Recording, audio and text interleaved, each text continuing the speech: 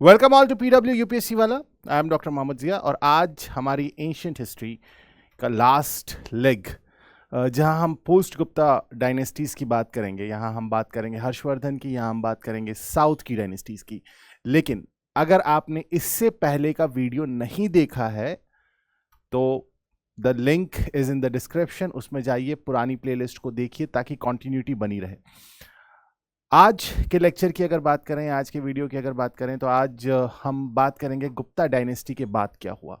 Gupta empire के बाद जो एक ब्लैंक और एक ग्रे पीरियड आता है इंडियन हिस्ट्री में, क्योंकि कोई डेफिनेट एम्पायर नहीं बन पाता यहाँ पर। देयर इज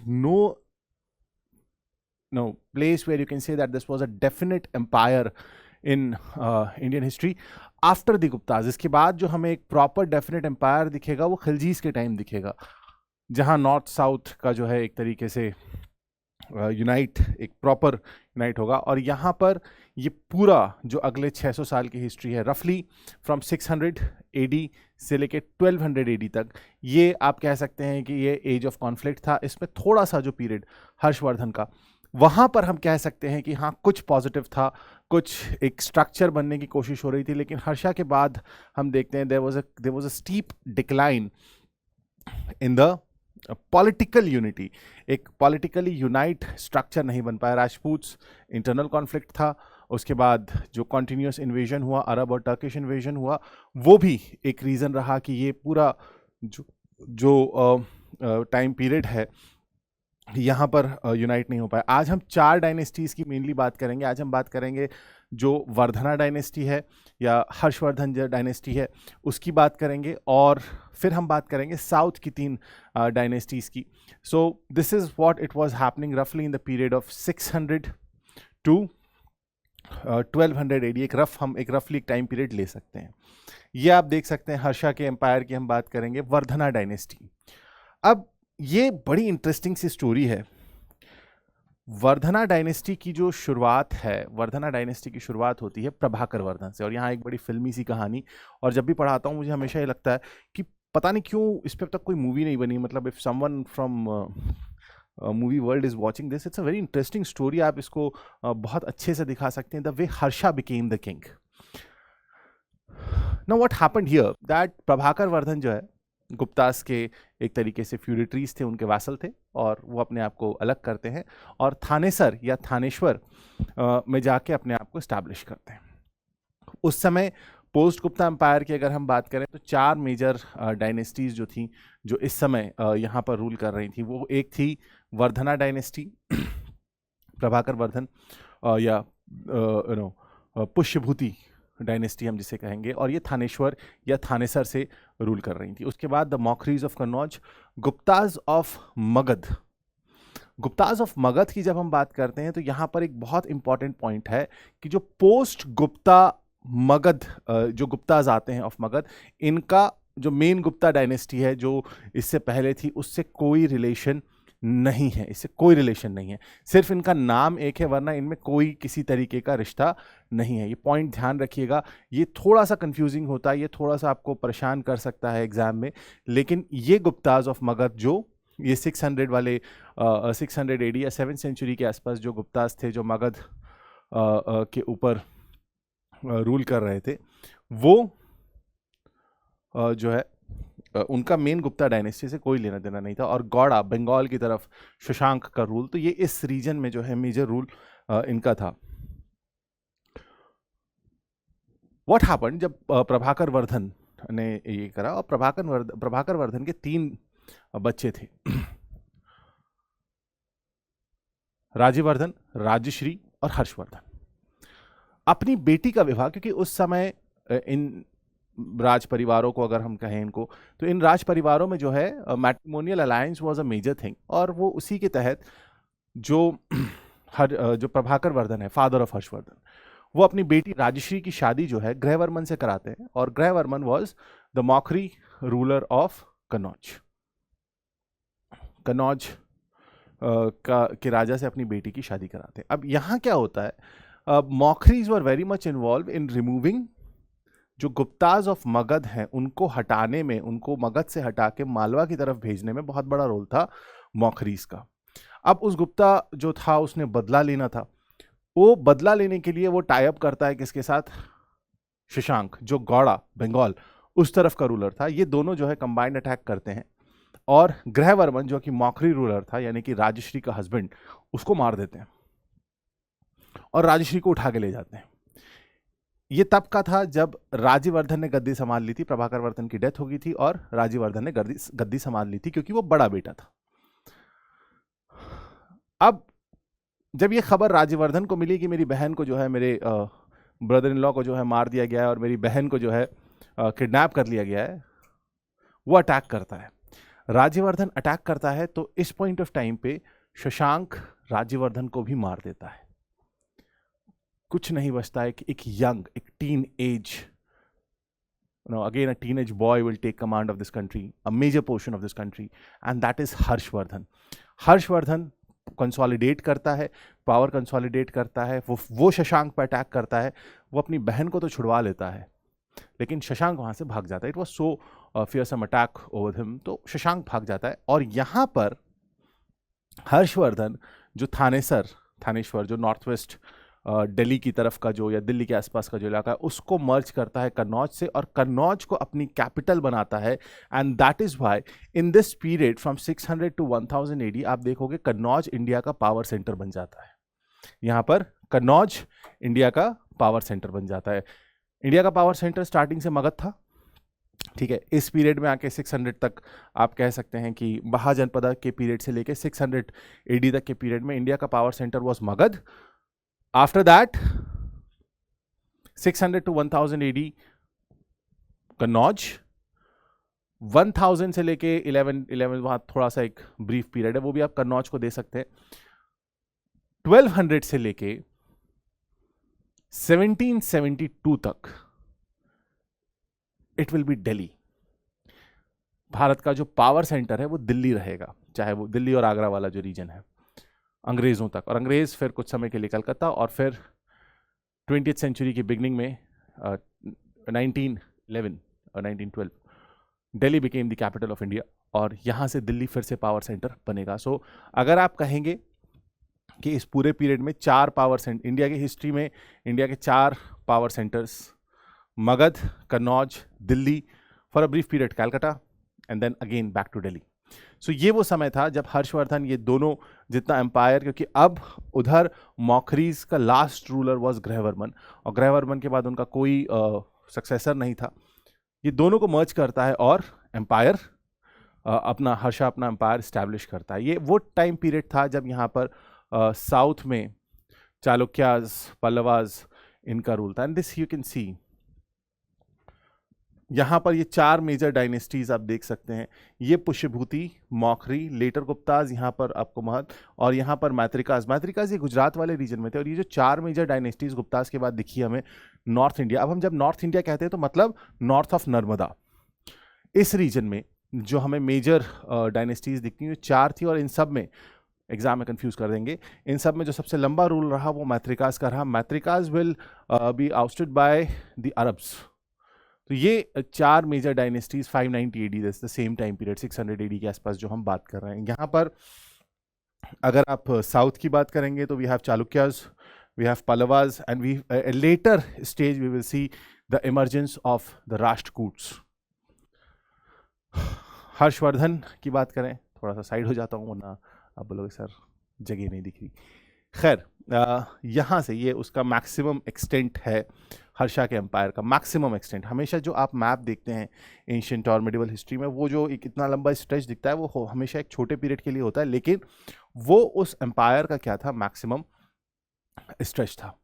हर्षवर्धन की बात करें तो कैसे वो पावर में आया, that we know. He ruled for almost 42 years he ruled, और यहाँ पर ही डिफीटेड ऑल, मतलब पूरे उत्तर पथ, यानी कि जो the lord of the north, he was called as the lord of the north. Narmada से ऊपर का जितना इलाका था, बारिंग अ फ्यू रीजन, आप इस तरफ कुछ राजपुताना का रीजन, कश्मीर, नेपाल, और ये कामरूप वाला जो असम कामरूप वाला रीजन है, अगर आप इसको हटा दें तो मेजॉरिटी नॉर्थ इंडिया पे जो है हर्षा का कंट्रोल रहा। And that's why he was the, and I will say that he was the last Hindu ruler जिसका इतना बड़ा एम्पायर रहा। ओके, सो ये उत्तर पथ या नॉर्थ की तरफ इसका वो रहा, लेकिन नर्मदा के किनारे इसको हार का सामना करना पड़ा. He can not move south of Narmada and he was defeated by Pulakeshin II. He was defeated by Pulakeshin II. अब दिस हर्षा, अब इंपॉर्टेंट ये था कि Harsha was the last king जिसने इस लेवल का पैटर्नेज दिया बुद्धिज्म को, जिसके पास एक एम्पायर था, जिसको हम कह सकते हैं, क्योंकि एम्पायर कहने के लिए एक बड़ा एरिया भी चाहिए, इसके पास वो बड़ा एरिया था. So Harsha was the last one जिसको आप एम्पायर टर्म के, उसके बाद कोई नहीं, उसके बाद खिलजीज, अलाउद्दीन खिलजी का एम्पायर बड़ा होगा. Now no doubt that he was military commander, और लेकिन इसके जो पॉलिसीज थी उसने इसके इतने दुश्मन क्रिएट कर दिए थे हर्षा के, that he died without an heir. Means उसका कोई सक्सेसर नहीं बचा. क्यों नहीं बचा? It was not that he was issueless, उसके बच्चे थे नहीं, ऐसा नहीं था, उसके बच्चे थे, बट उसी के नोबल्स ने उसके बच्चों को मार डाला. हर्षा के ही नोबल्स ने उसके बच्चों को मार डाला. दे वर लाइक टीनेज बॉयज. और Harsha was the last ruler of the this Vardhana dynasty. खैर, हर्षा के एडमिनिस्ट्रेशन की बात करें तो मोर और लेस आप ये कह सकते हैं कि हर्षा का administration it was on the similar lines that of the Gupta empire. And village को जो है आप कह सकते हो that the basic unit of this was villages. Okay. और ऑफिस अंडर द किंग्स जो है, जो भी ऑफिसर्स थे, जो भी मेन ऑफिसर्स थे, जो सेंट्रल गवर्नमेंट लेवल के ऑफिसर्स थे, वो सारी पोजीशंस जो हैं वो ग्रेजुअली हेरिडिटरी बन गई, मतलब वो एक फैमिली में अब रन करेंगी. और यहाँ पर एक और चीज़ हुई, that a person can hold multiple offices.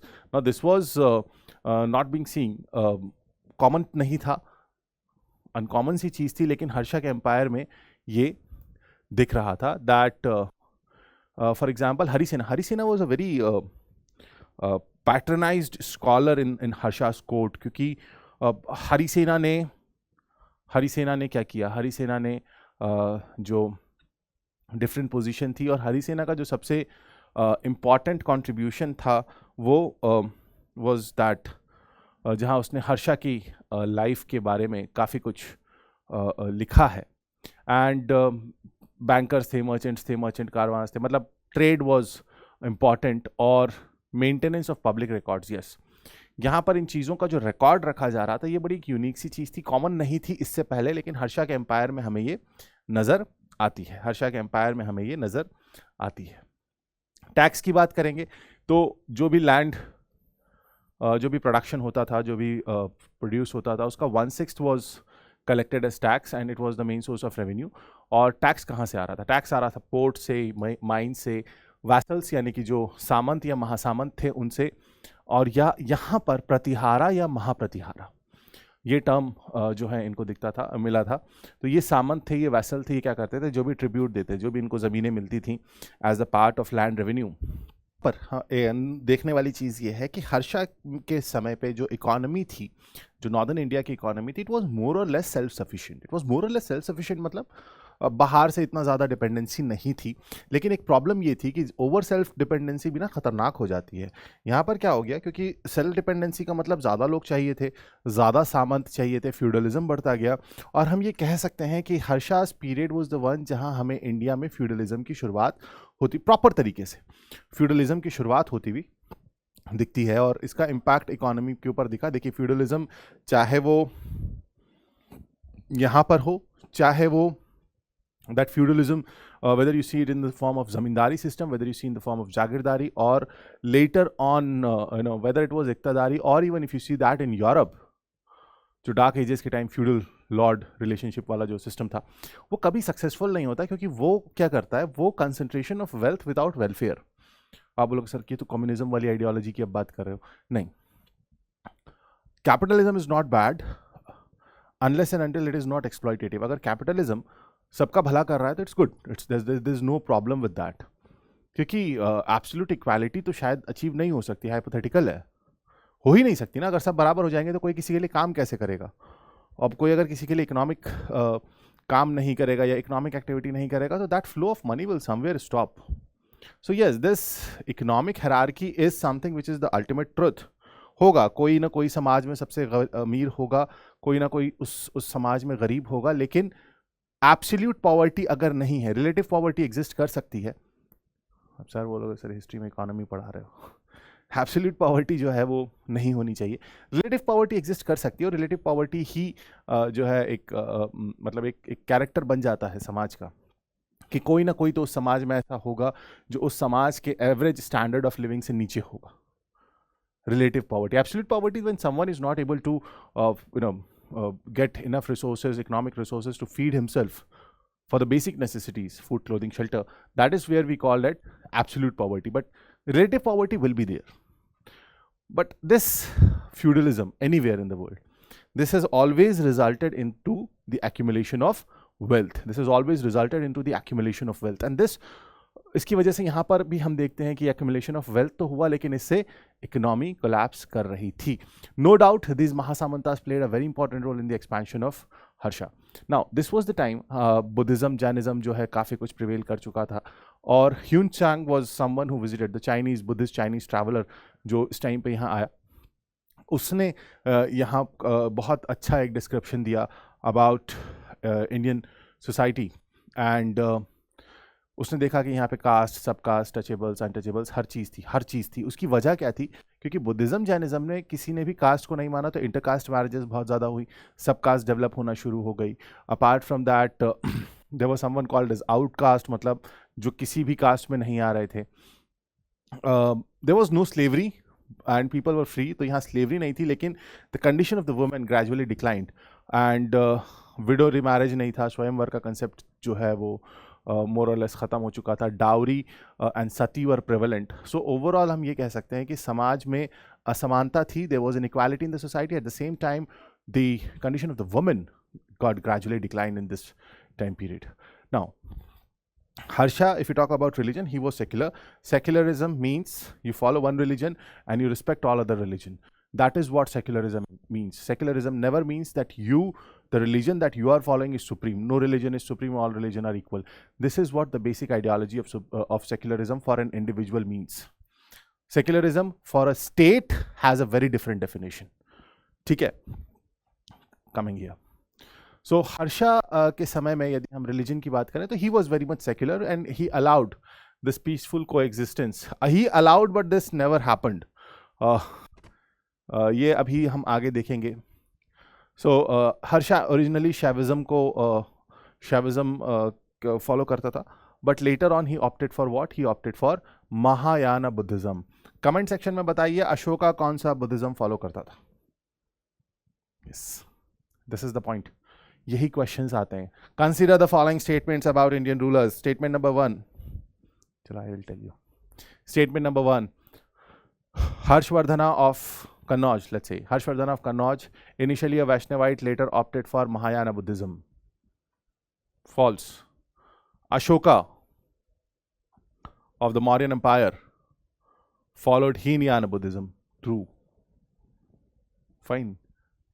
This, what was this? Samudragupta of Gupta dynasty, he also followed Buddhism. Now, ये कभी कभी स्टेटमेंट्स ऐसे भी आ सकते हैं, सो यू शुड नो। कई बार वो क्या कहा? शैविज्म था, फिर महायान बुद्धिज्म। ध्यान रखना ये। अशोका हीनयान बुद्धिज्म। सो ह्यून चांग जो इस टाइम ट्रैवलर, बुद्धिस्ट ट्रैवलर, वो बुद्धिज्म की जन्मभूमि भारत का भ्रमण करने आया, बुद्धिज्म को देखने समझने आया, और यहाँ पर एक चीज़ उसने कही, उसके हिसाब से हर 5 साल में इलाहाबाद कॉन्फ्रेंस जो है होती थी, जहाँ पर सारे स्कॉलर्स और ये लोग आते थे।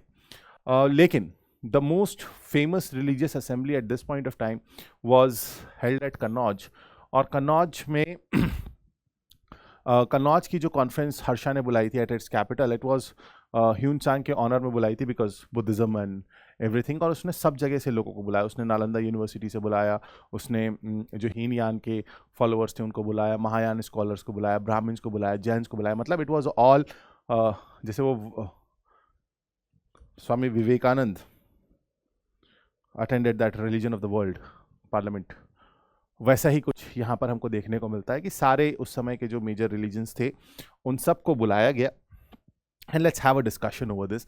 और यहाँ पर देखो ये गलती हो गई। ये हमेशा, ये जो पॉइंट है ना, जो रिलीजन प्रूव करने की कोशिश करता है वो फिर वायलेंस को जन्म दे देता है। देखो human is violent by nature, human is violent by nature. कभी भी कहते हैं ना गुस्से में कुछ भी कर गुजरते हैं, क्योंकि नेचुरली तो हम वायलेंट स्ट्रीक लेके पैदा हुए हैं ना। तो जब तक इंसान की सोच समझ है तो वो बड़ा एक एक सदा हुआ एक सादा जीवन जीता है, लेकिन जब गुस्सा आता है तो वो क्या होता है, वो अपने आपे से बाहर होता है और फिर उसका नेचुरल इंस्टिंक्ट जो है, that animal instinct comes out. So what happens, यहां पर ह्यूनसांग लेक्चर देने लगे और ह्यूनसांग यहां पर ना सिर्फ बुद्धिज्म को सुपीरियर बताने लगे बल्कि वो महायान बुद्धिज्म को सुपीरियर बताने लगे। मींस जितने दूसरे स्कॉलर्स बुलाए गए थे उनको जो है ये नीचा दिखाने लगे। Violence broke out as usual. Karl Marx ने सही कहा था, religion is the opium of masses. Religion के ऊपर जैसे ही आया violence broke out, even to such an extent that there was an attempt on the life of Harsha. Of course, उसके बाद जो है violence was brought under control, guilty was punished. That's a different story, but this is a very important lesson to learn. उसके बाद Hiuen Tsang को भी काफ़ी कुछ किया। फिर इलाहाबाद कॉन्फ्रेंस में भी ये चीज़ हुई कि जो भी डिस्कशन हुआ और उसके बाद कंट्रोल्ड एक तरीके से चीज़ें होने लगी। और ह्यूनसांग जो है कि उसका ये कहना था दैट हर्षा जो है वो इतना कहना चाहिए प्रभावित हुआ, इतना जो है उसके उसके उस इन्फ्लुएंस में आया कि उसने सब कुछ, even what he was wearing, वो भी दे दिया। So of course this may be an exaggeration possibly, लेकिन yes Harsha for for Hiuen Tsang Harsha was generous, no doubt harsha was generous in this case. Education की बात करें तो नालंदा इस समय बहुत अपने पीक पे था और एक्चुअली ह्यूनसांग आया ही नालंदा को समझने था। और you can see that university had like 10,000 students, 2,000 teachers, सब चीज़ पढ़ाई जा रही थी, Veda, Buddhism, philosophy, urban planning, medicine, law, astronomy and more and everything. Medieval history पढ़ोगे कि डिस्ट्रॉय कैसे हुई। कोई भी यूनिवर्सिटी क्यों डिस्ट्रॉय करता है? कभी भी दुनिया में जब भी तानाशाही आएगी, जब भी दुनिया में तानाशाही आएगी, उसका पहला सिम्टम होगा कि वो यूनिवर्सिटीज को, सेंटर्स ऑफ लर्निंग को जो है वो तबाह करेगी। मोहम्मद बिन बख्तियार खिलजी नालंदा यूनिवर्सिटी को तबाह किया। क्यों? क्योंकि उसको पता था कि हम एक ऑटोक्रेटिक रूल करने वाले हैं और इस ऑटोक्रेटिक रूल के खिलाफ कोई आवाज़ उठा सकता है तो वो पढ़ा लिखा इंटेलेक्चुअल आवाज़ उठा सकता है। दुनिया में आप ये इस दौर की बात नहीं है या ये अरब टर्किश रूल की बात नहीं है। आप चाहे आप नॉर्थ कोरिया देख लो, चाहे आप इराक देख लो, चाहे आप कोई भी आप वियतनाम देख लो, जहां कहीं पर भी ऑटोक्रेटिक रूल आएगा, तानाशाही आएगी, वहां पर सबसे पहले यूनिवर्सिटीज पर अटैक होगा। और क्यों? क्योंकि आप सड़क किनारे, मतलब अरब स्प्रिंग वाज अ एक्सेप्शन, लेकिन आप एक सड़क किनारे बैठे हुए सब्जी वाले से उम्मीद नहीं कर सकते कि वो इनकलाब लाएगा। ऐसे शासन के खिलाफ कोई भी हो सकता है। दुनिया में आज नहीं हुआ। डार्क एजेस यूरोप में क्या था, सिर्फ तबाह या यूनिवर्सिटी तबाह करने का या एजुकेशनल इंस्टीट्यूशन तबाह करने का मतलब ये नहीं कि उसमें पकड़ के आग लगा दो, उसको कंट्रोल कर लो। डार्क एजेस में क्या था? Centre of learning, churches were under control, जहां कोई रेशनलिज्म की बात नहीं थी। जब वो आजाद हुआ, यूरोप लिबरेट हुआ, उसने पूरी दुनिया पे कंट्रोल कर लिया। This is what the importance of education is. You just can't कि यार ये यूनिवर्सिटीज क्यों? क्योंकि यहां से सवाल पूछे जाते हैं। यूनिवर्सिटीज का मतलब कोई भी जो सेंटर्स ऑफ लर्निंग है, जहां आज़ाद ख्याली को जो है प्रमोट किया जाता है, वहां से सवाल पूछे जाएंगे। और ऑटोक्रेटिक रूलर के पास सवाल का जवाब नहीं होता, उसके पास एक ही चीज होती है, या तो बंदूक से गोली मार दो, या आग लगा दो, या तोप से उड़ा दो। उसके पास कुछ है ही नहीं, उसके पास जवाब नहीं है। वो कहां से इन चीजों का, इन सवालों का जवाब देगा? कहां से वो 10, आप एक तलवार एक तरफ और 10,000 स्कॉलर्स, 2,000 टीचर्स, न जाने कितने फ्यूचर स्कॉलर्स जो है वो उस समय निकल के आते, उनके सवालों का जवाब। और वो जब बेखौफ हो जाएंगे ना, पढ़ा लिखा वर्ग जब बेखौफ हो जाता है, फिर उसके पास कोई ऑप्शन नहीं होगा। फिर वो बोलेगा जाओ मार दो, काट दो, genocide. So this Nalanda university, although आप देखो यहाँ पर हर्षा के समय ये पीक पे था। नालंदा यूनिवर्सिटी अपने पीक, अपने बेस्ट टाइम पे थी, हर्षा के उसमें। This is the ruins of that. Art and culture की बात करें तो बाणभट्टा जिन्होंने हर्षचरित्र लिखी, उसमें काफ़ी कुछ इसके बारे में, ही was the primary the asthana kavi और the sthana kavi of the king, तो he was the main poet, कविराज थे वो। उसके अलावा हर्षचरित्र के अलावा कादम्बरी और पार्वती परिणय, ये दो इंपॉर्टेंट वर्क है। कई बार क्या होता है, हम बाणभट्टा को हर्षचरित्र तक लिमिट कर देते हैं, लेकिन कादम्बरी और पार्वती परिणय इंपॉर्टेंट है, ध्यान रखिएगा। उसके अलावा अगर हम बात करें तो हर्षवर्धन हिमसेल्फ वाज सो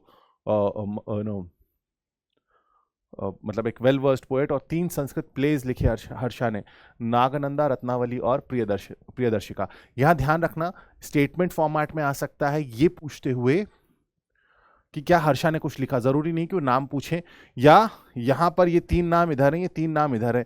ये भी कह सकते हैं कि हर्षा की biography was, Harsha road his own और his autobiography called Harshacharita.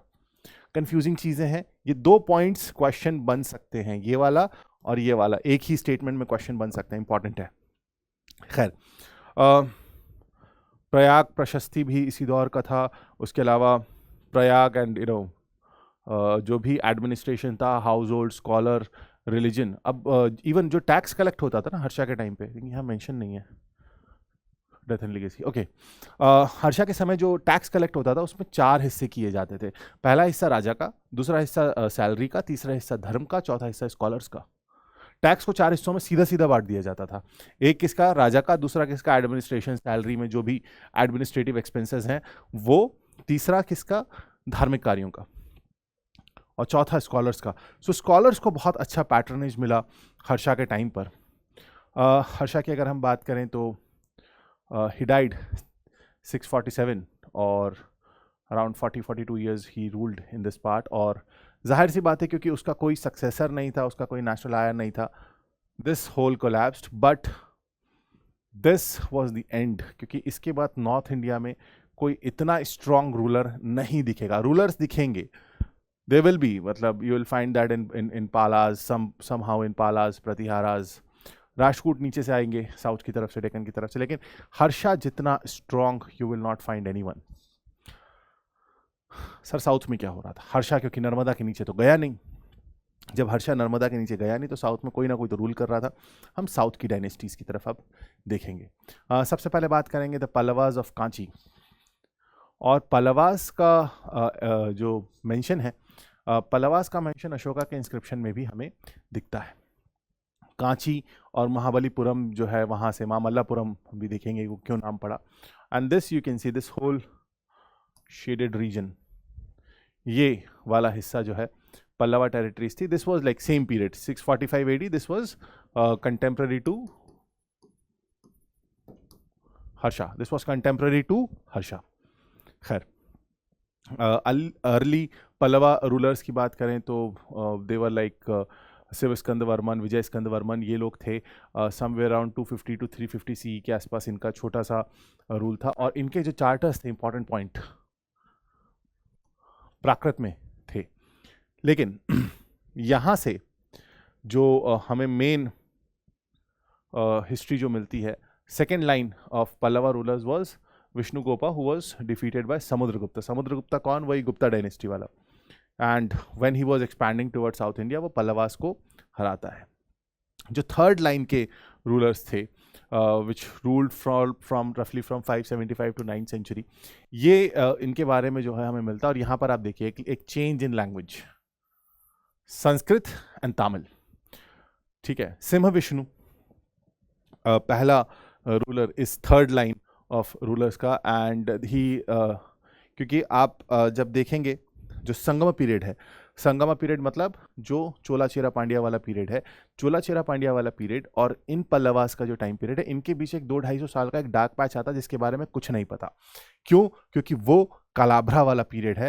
Nothing much we know about that. और उन्हीं कालाभ्रास को, कालाभ्रा अपराइजिंग हुआ था अगेंस्ट द ब्रह्मदेया, और उन्हीं कालाभ्रास को हटाकर, उनको ख़त्म करके Pallavas established their rule in Tondaimandalam region. वहाँ से अपना रूल शुरू करते हैं। चोलास को हराया और कावेरी नदी के तट तक ये क्या ले गए, ये अपना रूल ले गए। इंपॉर्टेंट रूलर्स की बात करें तो Mahendra Varman one who ruled from 600 to 630 contemporary to Harsha, and इसको भी किसने हराया, Pulakeshin II। He is the same Pulakeshin, he was Chalukya ruler, same Pulakeshin II जिसने हर्षा को हराया। He was very dangerous. फिर महेंद्र वर्मन के पास सेवरल टाइटल्स थे, खैर that is not important, but very important point from your art and culture perspective is that this is the Mandagapattu inscription। यहां से हमें पता चलता है that the beginning of rock cut temple construction starts। Very important point, Mahendra Varman I of Pallavas, Mahendra Varman I of Pallavas किसके लिए? Apart from he was a versatile genius, one question that can come from here, one question is this: rock cut temple की शुरुआत महेंद्र वर्मन के दौर में होती है। एक क्वेश्चन और बन सकता है, बड़ा इंटरेस्टिंग है, कि इनमें से किसको पुलकेशिन II ने नहीं हराया, या इनमें से कौन कौन पुलकेशिन II से हारा। व्हाट इज समथिंग लाइक 4-5 नाम। तो ये महेंद्र वर्मन I, उधर हर्षा, अभी पुलकेशिन को देखेंगे तो विल सी अबाउट कि और किस किस को उसने हराया। देन महेंद्र वर्मन I वो अपने आप में ही was a very good what to say, he was a genius, painting, music, art, drama, literature सब कुछ कर रहे थे भाई साहब। और मत विलासा प्रहसनम संस्कृत में। अब यहां पर एक चीज दिखने वाली है कि जो संस्कृत और तमिल दोनों लैंग्वेज दिखती है, लेकिन Sanskrit was the language of the elites, Tamil was the language of the masses. ये पॉइंट ध्यान रखना, Sanskrit was the language of the elites and Tamil was the language of the masses. Jainism starting में, और फिर Shaivism, later converted into Shaivism, fine, और Shiva temple at Tiruvadi. But ये point ध्यान रखना, अपार्ट फ्रॉम दिस महाविलासा और मट्ट विलासा प्रहसनम संस्कृत में प्ले लिखा, जैनिज्म फॉलो किया, और बाद follower, he was a follower of Jainism, later on he converted into Shaivism. फिर Narasimha Varman I, he was the one who defeated Pulakeshin II, Chalukyan, वो पुलकेशिन जिसको, जो सबको हरा रहा था, शेर को सवा शेर मिल ही जाता है। And this Narasimha Varman I was son of Mahendra Varman I। Mahendra Varman जो है वो यही पुलकेशिन से लड़ते लड़ते जो है मारा जाता है, और ये अपने पिता का बदला लेता है। Fine, he was the one who got the title of Mamalla, और यहीं पर ये शहर की स्थापना करते हैं, मामल्लापुरम या महाबलीपुरम, मामल्लापुरम या Mahabalipuram. He defeated the Chalukyas of Badami, Chalukyas को डिफीट किया, और चालुक्यास, बादामी का तब नाम था वतापी, बादामी जो कि चालुक्यास की कैपिटल थी, उसका जो पुराना नाम था वो था वतापी। क्योंकि इसने वतापी को या बादामी को कंट्रोल लिया, he was also being given title as Vatapi Konda. Sri Lanka तक पहुंचा, और Hiuen Tsang not only visited Nalanda, Kannauj and Allahabad, but he also visited Kanchi. Kanchi university was a very major centre, और साउथ में हिंदुज्म या वैदिक कल्चर को रिवाइव करने का बहुत बड़ा काम जो है कांची यूनिवर्सिटी से उस समय हो रहा था।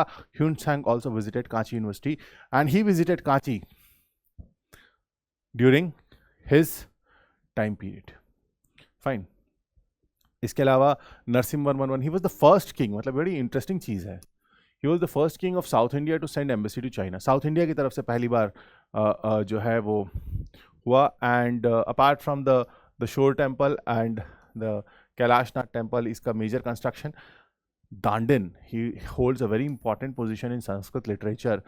ये इनके दौर में थे। So this is like major points that you have to remember. Then Pallavas के एडमिनिस्ट्रेशन की बात करें तो सी ट्रेड एंड, अब यहाँ से साउथ में एक ट्रेंड चलता है। साउथ में क्या ट्रेंड चलना शुरू होता है कि जिस राजा को अपनी वेल्थ कह लो, या जिस राजा को अपनी भव्यता को या अपनी शान और शौकत को डिस्प्ले करना होता था, उसका मंदिर उतना बड़ा होता था, उसका मंदिर उतना भव्य होता था। मतलब जो जिस राज्य में मंदिर जितना भव्य होगा, मंदिर जितना ग्रैंड होगा, वो राजा उतना बड़ा, उतना प्रोमिनेंट माना जाता था। और इसीलिए आप देखेंगे कि साउथ इंडिया में टेम्पल्स बहुत प्रोमिनेंटली और बहुत ग्रैंड तरीके से they have been built. So this is the reason. So यहाँ पर एग्रीकल्चर भी था, फर्टाइल लैंड था, सी ट्रेड था, टेम्पल्स थे, सारी चीज़ें दिख रही थी. टेम्पल्स को जो दान दिया जा रहा था that was called as devadhana, और ब्राह्मण को जो लैंड ग्रांट मिल रहा था that was called as brahmadeya, and these two were free from taxation. ठीक है. नाउ किंगडम किस में डिवाइडेड था? Kingdom was divided into kottams, then the group of villages formed a nadu, and nagaram was group of nadus, and nagarams were the primary organisation of merchants. यहाँ से जो है आप देखेंगे Tamil Nadu, nadu was a group of villages. So वो जो है इवॉल्व हुआ, आप कह सकते हैं पॉलिटिकल स्ट्रक्चर यहाँ पर इवॉल्व हुआ. ऑफ कोर्स मंडलम, हाँ, and the group of nagaram was called as mandalam. तो नाडु, नगरम, मंडलम. ऐसा ना हो एक बार सूबा, सरकार, परगना पूछ चुके हैं, इस बार पूछ लें नाडु, नगरम, मंडलम,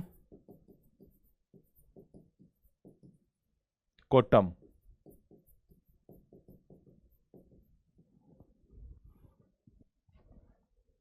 एक बार पूछ चुके हैं ना पहले नॉर्थ इंडिया से, सूबा सरकार, सूबा सरकार, परगना. ये डिक्रीजिंग ऑर्डर में, इंक्रीजिंग ऑर्डर में, ध्यान रखना. वो डिक्रीजिंग इंक्रीजिंग क्या पूछेंगे इसका भी ध्यान रखना. ठीक है. सवाल को कम से कम 2 बार पढ़ना सॉल्व करने से पहले, वरना कोई फ़ायदा नहीं है इतना यहाँ पे पढ़ने का, इतनी मेहनत करने का. बहुत कम दिन बचे हैं, तो 2 महीने से थोड़ा सा ऊपर, 2.25 महीने बचे हैं जब आप ये देख रहे हो 28 मई को.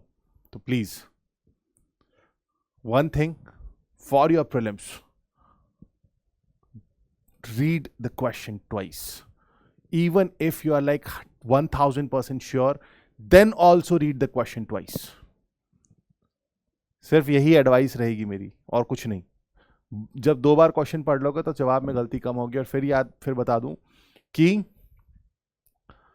नुकसान वो सवाल नहीं करेगा जो नहीं आता है, नुकसान वो सवाल करेगा जो आते हुए गलत होगा. तो कोशिश ये करनी है, नया तो अब कुछ पढ़ नहीं सकते, यही चीज़ें रिवाइज कर सकते हैं. कोशिश क्या करनी है कि ज़्यादा से ज़्यादा जो गलतियां हो रही हैं उनको रिड्यूस किया जाए, कम से कम गलतियां करने का अब मोटिव होना चाहिए.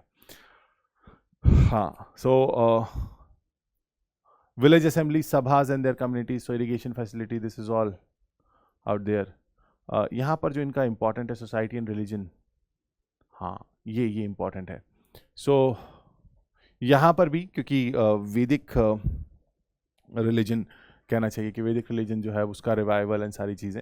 सो यहाँ पर Brahmins were at the top. जाहिर सी बात है जब वैदिक रिलीजन रिवाइव होगा तो कास्टिज्म रिवाइव होगा या कास्टिज्म प्रोमिनेंस में आएगा, और उस कास्टिज्म में Brahmins will have a prominent position.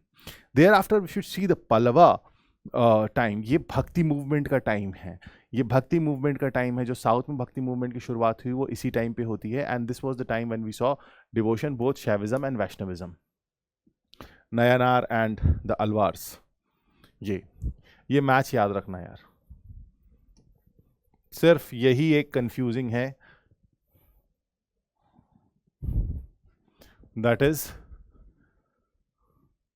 That will confuse you. ये सेजेस के नाम याद नहीं भी रह रहे हैं कोई बात नहीं, लेकिन अगर आपको ये SNVA याद है,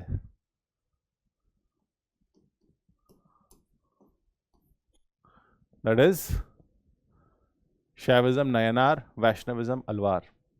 सिर्फ इतना ध्यान रखना है. उसके अलावा अगर आपको डोमिनेंस पे क्वेश्चन आ गया तो फिर तो किसी से नहीं बनने वाला. लेकिन यहाँ से जो पॉसिबल क्वेश्चन, कंफ्यूजिंग पार्ट है, देखिए क्वेश्चन वही है जहाँ कंफ्यूजन है. आपको ये सेजेस के नाम याद नहीं हो रहे कोई बात नहीं, लेकिन आप सिर्फ इतना, ये जो मैंने 4 सर्कल लगाए इसको ध्यान रखिएगा.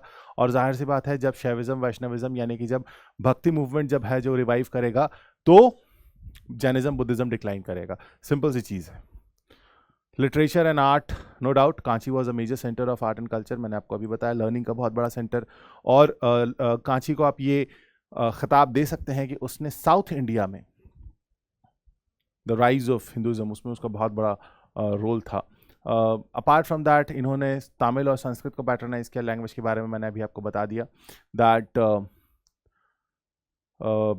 The Tamil was the language of the masses and Sanskrit was the language of elites. Fine. are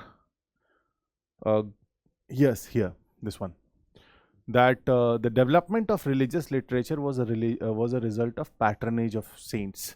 उस दौर में ये, क्योंकि भक्ति संत जो हैं, भक्ति मूवमेंट के जो संत थे वो पूरे साउथ इंडिया में फैले थे, और जिसकी भी वो आराधना करते थे, जिसकी भी वो भक्ति थी, जिसके भी वो डिवोशन में थे, उसको क्या करते थे, उसको उसके बारे में लिखते थे, पोएट्स पोएम्स लिखते थे, और उन्हीं पोएम्स को वो एक जगह से दूसरी जगह घूम घूम के गा गा के लोगों को सुनाते थे और अपने रिलीजन का जो है प्रचार प्रसार करते थे. उसके अलावा भारवी, दांडिन, मयूर सरमन, ये सब एक मेजर जो कांची में उस दौर में बड़ा सेंटर था. देन दिस, अभी हमने इसके बारे में देखा, महाविलासा प्रहसनम और मत्तविलासा प्रहसनम, ये महेंद्र वर्मन वन के समय हुआ.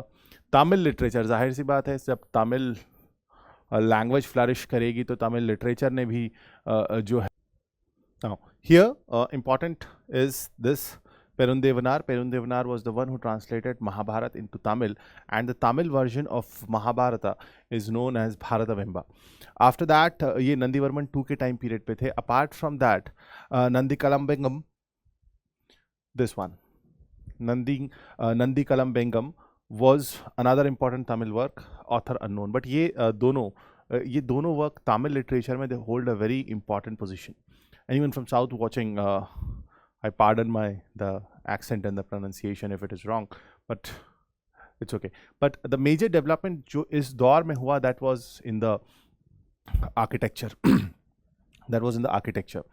बेसिक फीचर जो द्रविडियन आर्किटेक्चर का है, जो टेम्पल्स में हमको दिखता है, खासतौर पे विमान मंडपम, गोपुरम, ये प्रॉपरली डेवलप हुआ. और पल्लवास के समय हमको 4 डिफरेंट स्टाइल्स ऑफ आर्किटेक्चर दिखती है. महेंद्र वर्मन स्टाइल, यहाँ पर जो है आपको स्मॉल रॉक कट टेम्पल, बस ये मैचिंग पॉइंट्स ध्यान रखना है, small rock cut temples, Mahendra Varman 1, ठीक है.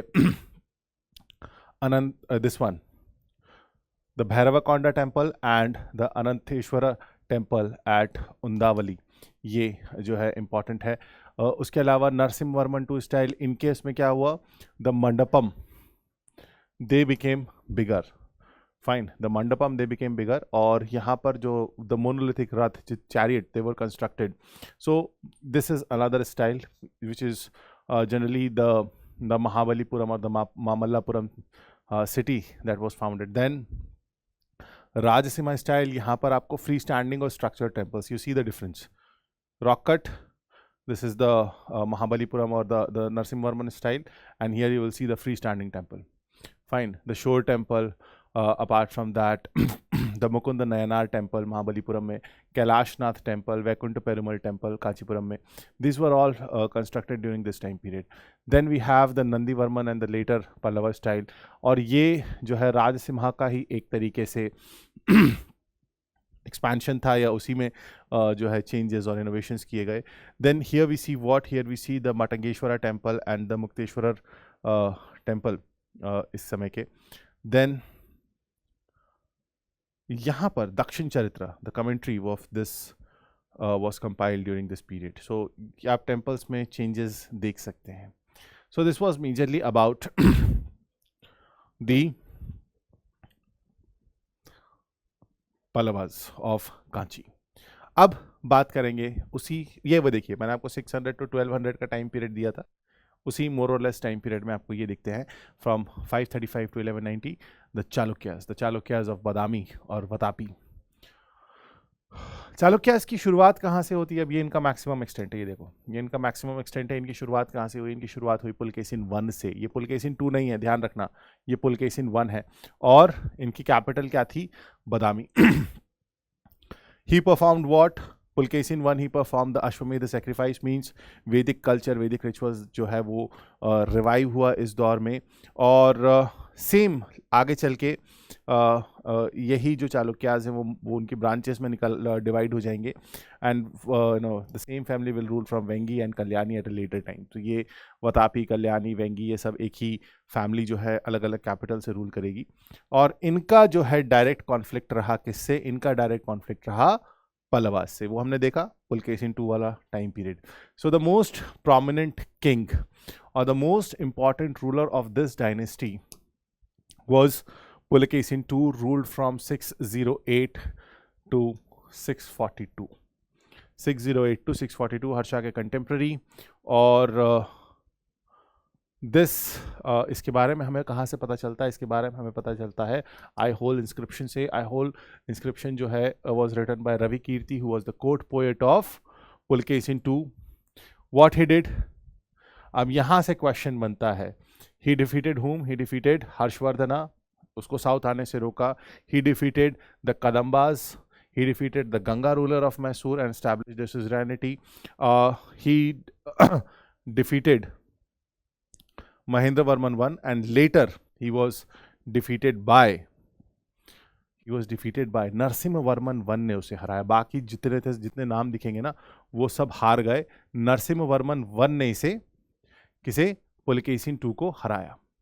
So he was someone who he sent ambassador to the court of Persian king, Chinese Hyunsang इसी दौर में यहाँ पर भी आया। चालुक्यास के समय, मतलब ये सब कंटेम्प्रेरी थे, एक साथ चल रहे थे। देन विक्रमादित्य I ने नरसिम्हवर्मन I वाला, मतलब पुलकेशिन II वाला बदला किसने लिया? बदले की राजनीति कर रहे थे। was done by Vikramaditya I. he plundered the capital काची और पलवास को बदामी से हराया और वापस अपने आप को रिस्टैब्लिश किया। Then Vikramaditya II who ruled, Vikramaditya II फिर से वो पलवास को जो है कंट्रोल करता है, and ultimately he was the one. This is an important point. ये कभी कभी ऑल्दो कॉमन हिस्ट्री में ये पढ़ाया नहीं जाता, but this is an important point कि Vikramaditya II was the one who not only invaded the Pallava king's kingdom thrice, but he also repelled the Arab invasion of South Gujarat. The Matrikas of Vallabhi, वो जब हटे तो यहाँ पर अरब invasion को भी इसने रेपेल किया। The last ruler of Chalukyas was Kirtivarman II, और इसको हराकर, किसको? कीर्तिवर्मन को हराकर दांती दुर्गा या दातिवर्मन जो है, ये राष्ट्रकूटा डायनेस्टी की नींव रखेंगे। उसके बाद क्या होता है? चालुक्यास, एक्चुअली पुलकेशिन II की डेथ के बाद ही इनमें जो है ना फैमिली डिवीजन हो जाते हैं, बंटवारे हो जाते हैं। कोई कहीं से रूल कर रहा था, और एक इनकी फैमिली ब्रांच अलग हो जाती है, जो कि कहाँ से रूल कर रही थी?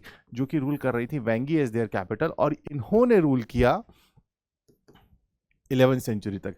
हिस्ट्री में इन्हें क्या कहा गया? हिस्ट्री में इन्हें कहा गया ईस्टर्न चालुक्यास।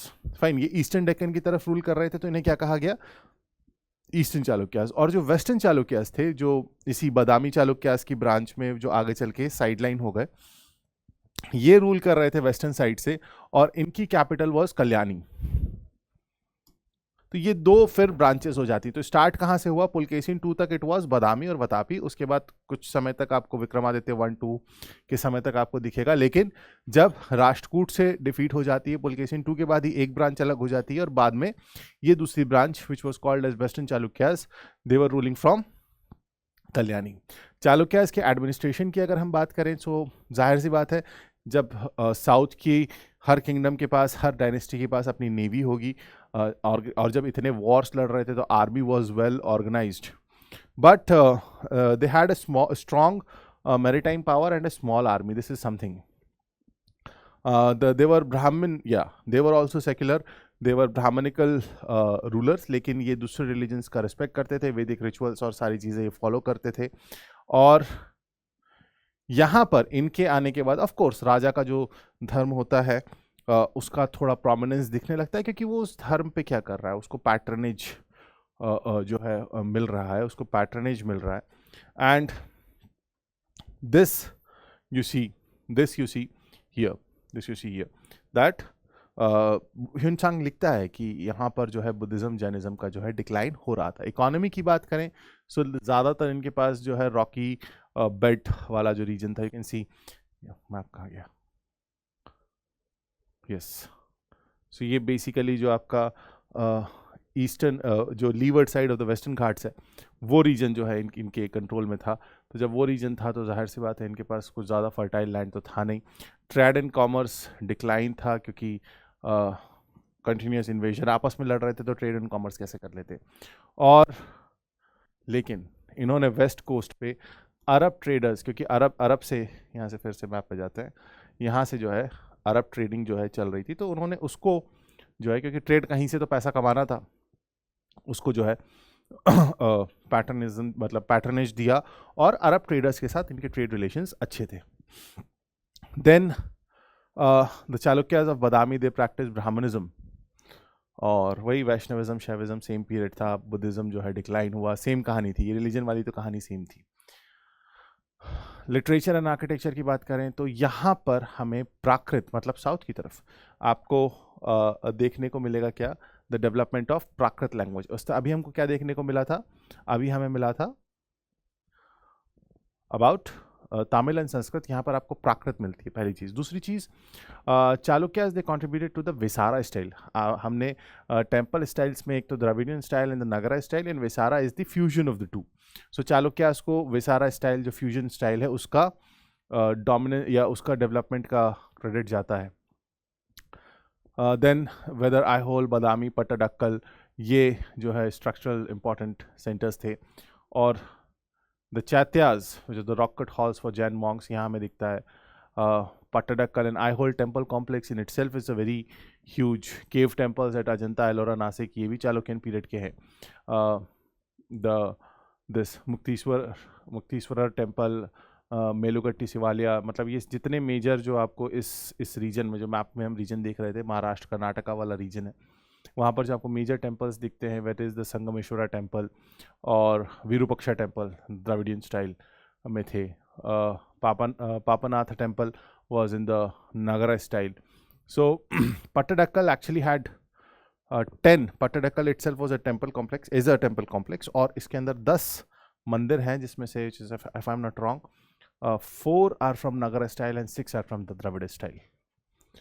Then राष्ट्रकूट्स की बात करें तो ये अपने मैक्सिमम स्ट्रेच तक, और यही इन्वॉल्व होंगे द फेमस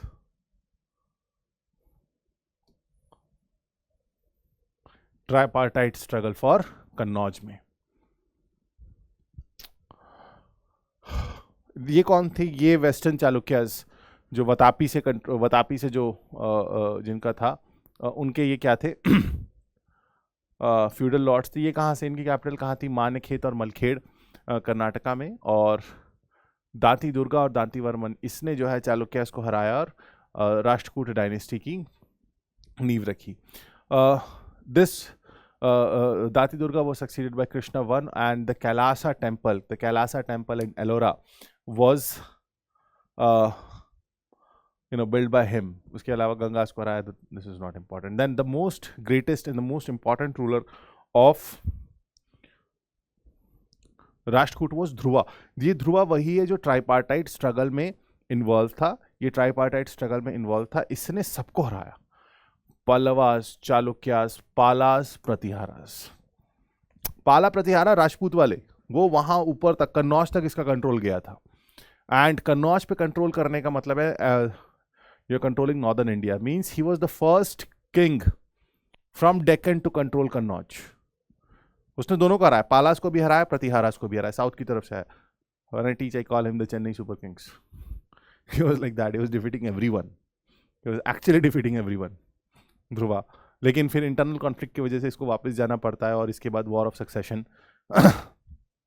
इसको ऐसे याद रखना कि ये जो है, he is the one who Kannauj तक इसका कंट्रोल था. देन गोविंद III उसका सक्सेसर था, और हिज सन ऑफ कोर्स, और इसने भी सबको हराया. द पल्लवास, गंगास, पाला, प्रतिहारा, हर कोई जो है, everyone was defeated. And this is the important point that Govind III के समय this Rashtrakuta empire was extending from Himalayas to Kanyakumari, south की तरफ कन्याकुमारी, और सौराष्ट्र से लेके बंगाल तक. एक बहुत छोटे समय के लिए ही, लेकिन गोविंद III के समय एक मोर और लेस आपको एक बहुत माइनर समय के लिए यूनिटी दिखती है. खैर, उसके बाद अमोघ वर्षा was like Shah Jahan. He was more known for his not for his military expedition, he was more known for his cultural contribution. Fine. इसने जो स्कॉलर्स थे उनको पैटर्नाइज किया. He himself was a great scholar. He wrote this Kavirajamarga जो कन्नड़ में initial. सो इनकी language Kannada थी, ध्यान रखिएगा. यहाँ पर अब क्योंकि ये देखो 851 का टाइम पीरियड है, यहाँ पर अरब ट्रैवलर्स, अरब मर्चेंट्स जो है वो आना शुरू हो चुके हैं. और अरब ट्रैवलर्स ने भी अमोघ वर्षा को प्रेज किया और उसने कहा कि he was amongst the 4 great Kings of the world. The 3 other being the ruler of Constantinople, the Khalifa of Baghdad and the Emperor of China. उसके अलावा इस अमोघ वर्षा को उस लेवल पे उसने मैच किया. That was the Rashtraकूट Empire. Then the Krishna III, the last prominent ruler, great ruler of the Rashtraकूट dynasty. इसने भी, this is important here, this battle of Takkolam is important. और यहाँ पर उसने चोलास को डिफीट किया. लेकिन इसके बाद के जो सक्सेसर्स थे वो वीक थे. एंड चालुक्यास का जो है फिर रूल आ गया. रिलीजन की बात करें तो दे वर रिलीजियस टॉलरेंट. ये बहुत एविडेंटली विजिबल है from the temples and other structures. Shaivism, Vaishnavism popular था. Amoghavarsha patronise Jainism and was devoted to the Kolhapur Mahalakshmi. Buddhism declined और कन्हेरी इंपॉर्टेंट सेंटर रह जाता है बुद्धिज्म का. ये सारा ना इंपॉर्टेंट पॉइंट्स हैं, इनको ध्यान रखना क्योंकि यहाँ से क्वेश्चंस आने के चांसेस हैं. लिटरेचर की अगर बात करें इन this time period, so they were of course, देखो जो समझदार होगा, जो सेक्युलर होगा, जो टॉलरेंट होगा, जो एक्सेप्टेंस होगा, जो अकोमोडेटिव होगा, वो हमेशा लिटरेचर और पढ़ाई लिखाई को जो है वो डोमिनेंस या उसको जो है वेटेज देगा.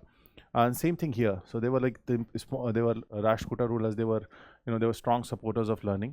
और यहाँ पर इनके टाइम पे क्या, कन्नड़ एंड संस्कृत. ठीक है. 3 literary figures, the Pampa, Ranna and Ponna. They were patronized by Rashtrakuta kings. और ये मैच में आ सकता है. ये जो 3 पॉइंट्स हैं ये मैच में आ सकते हैं. कर्नाटका से क्वेश्चन आने के चांसेस हैं इस बार. Was in news of course. और यहाँ से ये मैच का क्वेश्चन बन रहा है सीधा सीधा. सो पंपा wrote Adi Purana and Vikramarjuna Vijaya. Ranna wrote Gadayuddha and Ponna wrote Shanti Purana. ये ध्यान रखना. अमोघ वर्षा का अभी हमने देखा कविराज मार्ग जो है was the first book on poetics इन कन्नड़ा.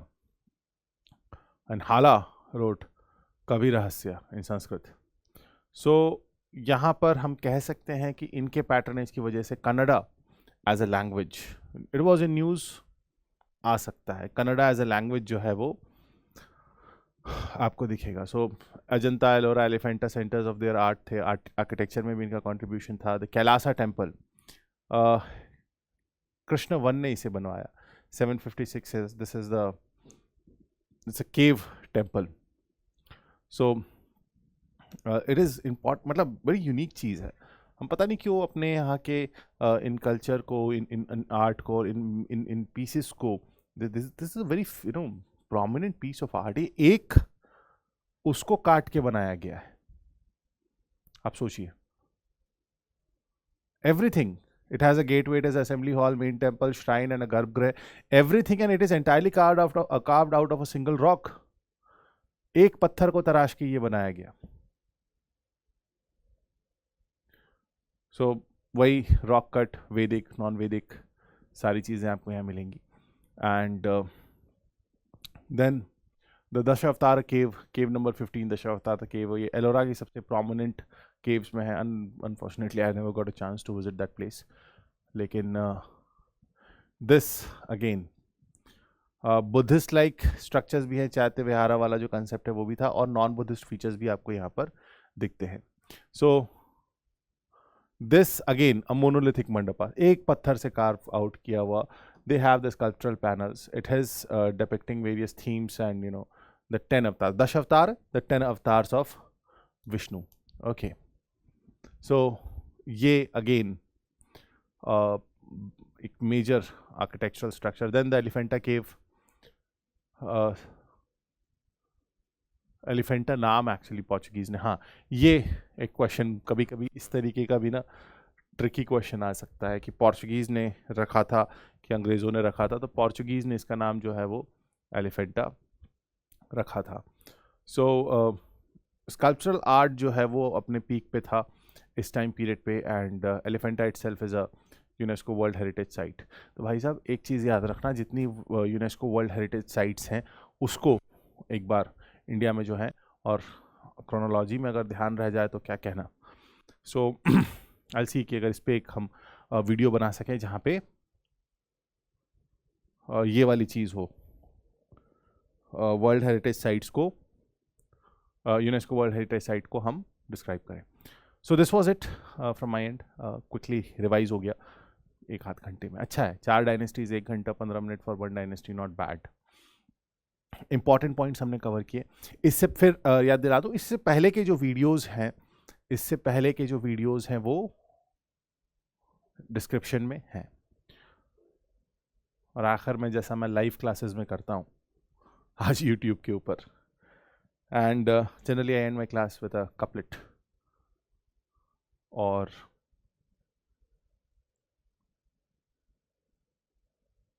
राहत इंदौरी साहब का एक शेर, कभी महक की तरह हम गुलों से उड़ते हैं, कभी महक की तरह हम गुलों से उड़ते हैं, कभी धुएं की तरह हम पहाड़ों से उड़ते हैं, और ये कैंचियां हमें उड़ने से क्या खाक रोकेंगी, ये कैंचियां हमें उड़ने से क्या खाक रोकेंगी, हम परों से नहीं हौसलों से उड़ते हैं। सो अपना हौसला बुलंद रखिए। All the very best. जय हिंद।